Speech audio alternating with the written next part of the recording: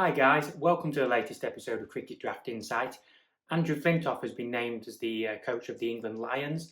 They've got some tours coming up this winter, South Africa and Australia. And then next year, I think they're home to India and Zimbabwe. So a lot of opportunities for sort of the next players in line to play for England, the players that the England management are looking at. There's a lot to consider when putting together an England Lions squad, because obviously you've got the players in the first team, you've got players playing in T20 franchise leagues, you've got T10 leagues cropping up now, and in England Lions itself, like England know what they want, they know who they want. It's not in terms of the argument of it being the best of the rest. Like I'm not expecting Jake Libby and Jamie Porter to be in the England Lions squad. We look at the selection of Josh Hull, a very good young player, obviously. But England know what they want, and they're then trying to find players to fit into that. And then there are good young players, England under-19 players. I could pick Freddie McCann, for example. But I'm going to try and select a few players. You know me, say slightly left field. And like I say, maybe they're not the leading run scorer, the leading wicket taker, but they're players we've seen this season who have developed, and I think making a case to be selected for the England Lions, and therefore obviously potentially the full England team. Going to start with Ethan Brooks at Worcestershire. So I posted about him previously. He and Justin Broad at Northamptonshire, German international. They're two players who really stand out to me as real upward trajectory players who really developed this year.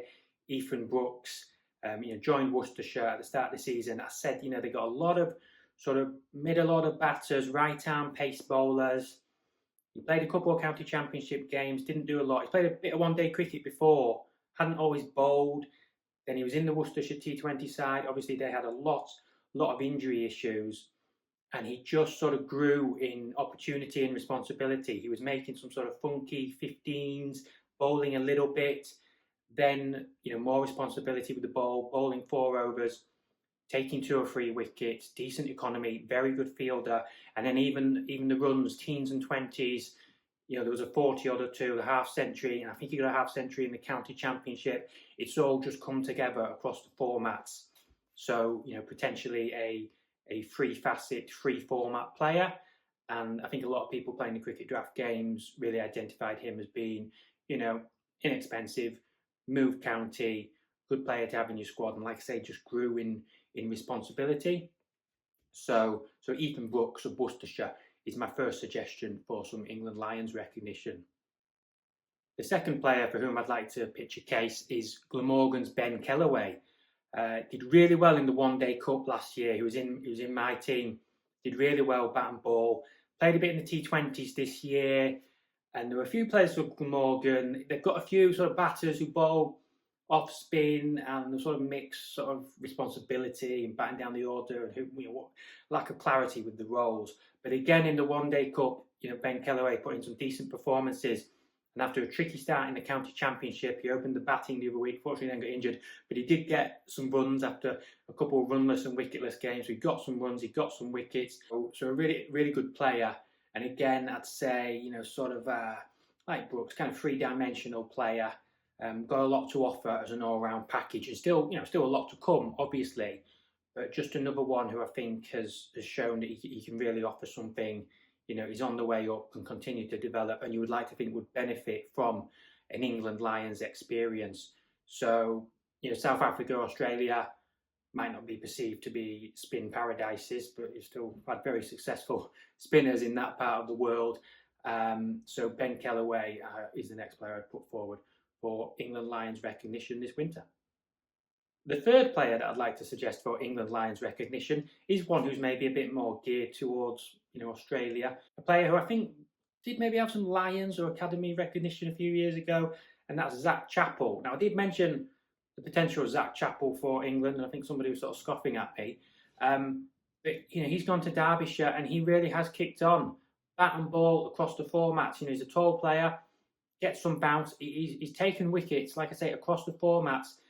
And though he might be down the order, when he comes off with the bat, he really can deliver in a Bazball way. To be honest with you, I think it was a 94 now in the One Day Cup. you might still say bowling all-rounder if you're looking for definitions, but, very capable striker of the ball.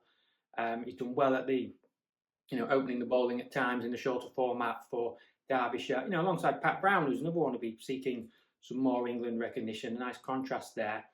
But Zach Chappell, I say Ethan Brooks, Ben Kellaway, Zach Chappell, all in their own way, a kind of variety of all-rounder. And I think they've all made, pretty decent case for England Lions recognition.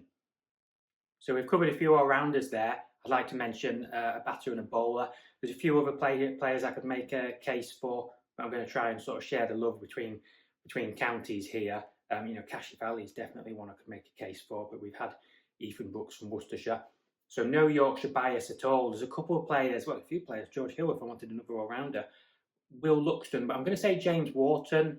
This is a player I've spoken a few times who was unfortunate at the start of the season, given the progress he'd made. Unfortunate not to feature at the start of the season because of the presence of Joe Root and Harry Brook, but he performed very well as he always has done in the second 11. Got back in the first team, and we've seen real consistency. I think he's on a really good run. A dozen innings or more at the moment of getting into double figures, often getting to the 20s. We've had a couple of half centuries. We had a big 188 in the county championship, and even when he's been getting out of 20s and 30s, he's normally cleared the ropes at least one time. He does have the ability to clear the ropes. So I think we're seeing, like I said, that boundary hitting ability, the ability to hit some sixes, but also like the substance levels are going up. He is a good fielder too. So again, just upward trajectory player across the formats, scoring runs, capable of clearing the ropes in 4-day cricket, 1-day cricket, and T20 cricket. So I put forward James Wharton as a suggested batter for the England Lions squad. In terms of bowlers, I mentioned Zach Chappell. There are players we can talk about if we want to label them like that, categorise them. Bowling all-rounders, bowlers. So if we're trying to stick to strictly bowlers, I can make a case for Tazim Ali, but I'm going to bring up Josh Boyden at Lancashire. Now, he certainly has played for England under 19s in not too distant past. Hasn't played much at all for Lancashire, but he got a few wickets in his limited overs appearances. I think he was wicketless on county championship debut. Left armour, so you got that left arm variety. England have obviously selected Josh Hull. I know he's taller, he's got bounce, but I always think variety is an important part of an attack. And Josh Boyden, England under 19, getting himself up and running in the professional environment, and he had a good game or two in the one-day cup. So Josh Boyden, Lancashire left armour, would be the bowler that I'd suggest for England Lions. In South Africa, where the ball can move quite a bit, different sort of, how far above sea level you are. I think it has quite a sort of variation in terms of how the ball sort of acts and how much it swings in various parts of South Africa. So it might be quite an exciting place to get somebody like him involved. So yeah, he's my final suggestion for England Lions recognition. So please let me know which players you think really merit England Lions recognition. The best of the rest, the leading run scorer, the leading wicket taker, England under 19 star, just some solid county players, young players, just on the up. Who do you think really should be in that England Lions squad because they merit it and because you believe they are or they're going to be good enough to make a case to be in the full England side? There's obviously 3 formats. There's more and more clashes really with competitions.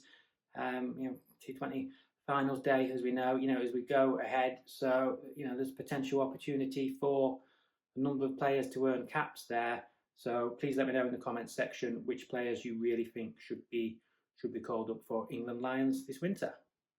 Thank you very much for watching. How's that?